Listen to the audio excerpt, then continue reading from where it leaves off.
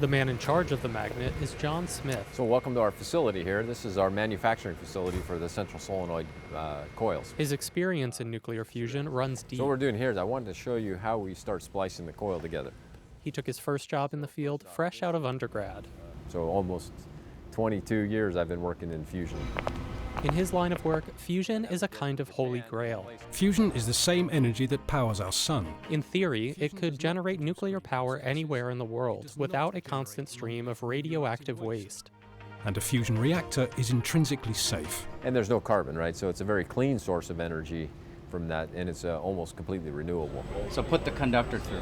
Engineers at General Atomics have been experimenting with fusion for half a century. So you got the jog all set? But now, Smith and his team are part of a major international effort to prove fusion can actually power the world. It can be done.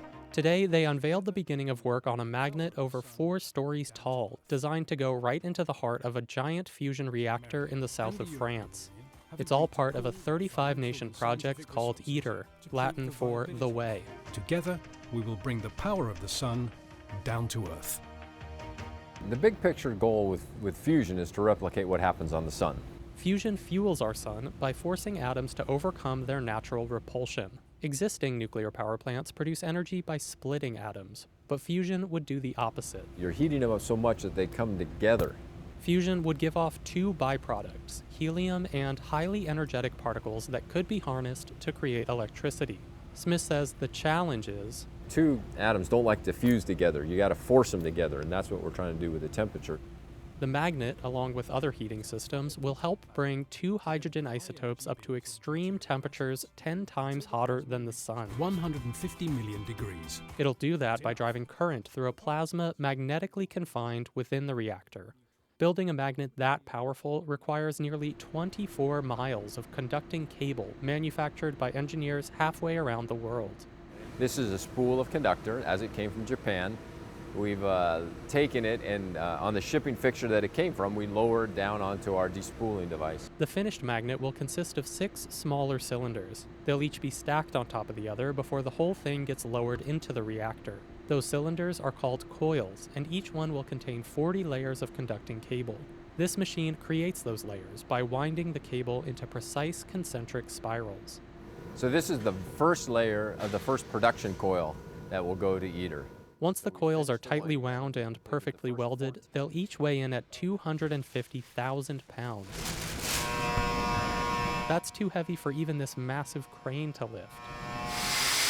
By now, the only way to move them around is on this heavy-duty cart, which creates a cushion of air. The simplest way to explain it is an air hockey table turned upside down. So instead of blowing air up to levitate a puck, we're actually blowing air down and levitating the coil.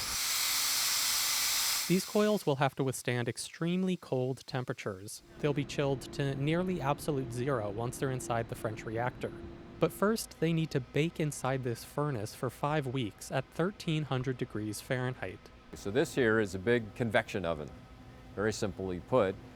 All that heat forges a superconducting material capable of circulating electricity with no energy loss. Many steps in the magnet's production are done by machine. However, some tasks are so delicate they still need to be done by hand. For instance, insulating the pipes that pump liquid helium into the magnet. So it's amazing to think you have something this big, weighs this much, and here he is putting little pieces together with tweezers. It'll be 2019 before Smith and his team ship the final piece of the magnet off to France. And it'll be 2040 before ITER paves the way for a demonstration plant aiming to actually pump fusion energy into the grid. Some experts believe even that timeline is optimistic. ITER has been notorious for cost overruns, delays, and management problems.